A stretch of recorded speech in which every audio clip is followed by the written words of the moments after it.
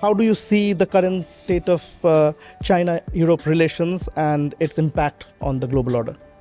We should do a lot more to improve the Chinese-European relationship. They have deteriorated somewhat in the last few years, partly due to COVID and partly due to geopolitical tensions. There's so much to be achieved if Europe and China can work together as forces for economic development, to solve the climate and environment problems, and of course to resolve some of the major conflicts of our time. There is a growing perception that European countries have started to lack independence in their foreign policy, particularly when it comes to China and Russia, and are seen as vassal states of the United States.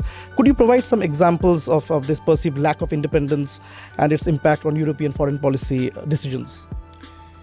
Look, I very much subscribe to the idea of the French President, Mr. Macron, who said that Europe should look for strategic autonomy, which means that Europe is a third entity. It's not China, it's not the United States, and it should look for how it can play its role.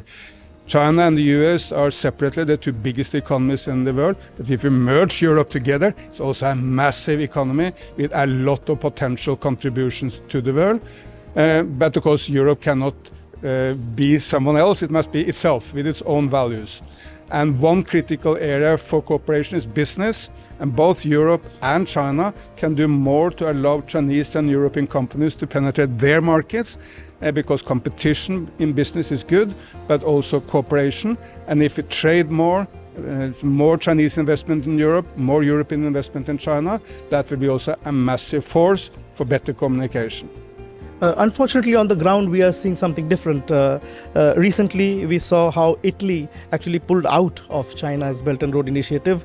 And this again raised questions about the influence of major powers on European countries. How should Europe balance its relations with China and the United States while maintaining its own strategic interests and independence?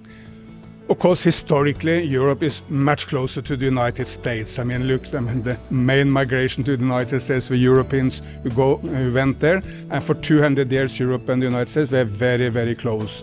But in today's world, in many areas, Europe has as much in common with China. Europe and China are main drivers of the environment progress in the world. They are main drivers of a more peaceful world.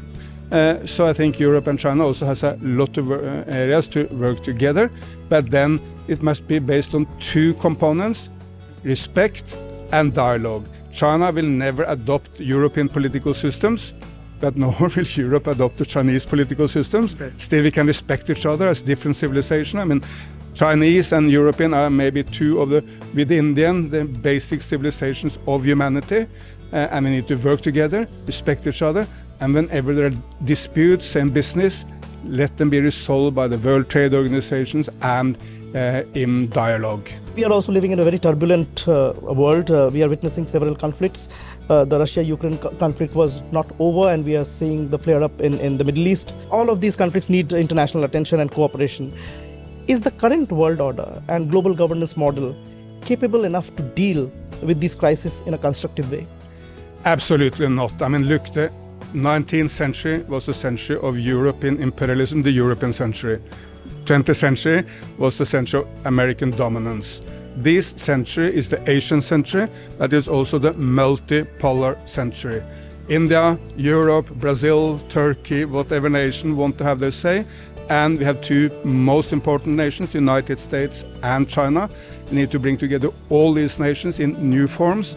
And particularly, we need to improve the relations between China and the US, because if the main powers of the world work together, we'll be so much stronger to solve the key issues of the day.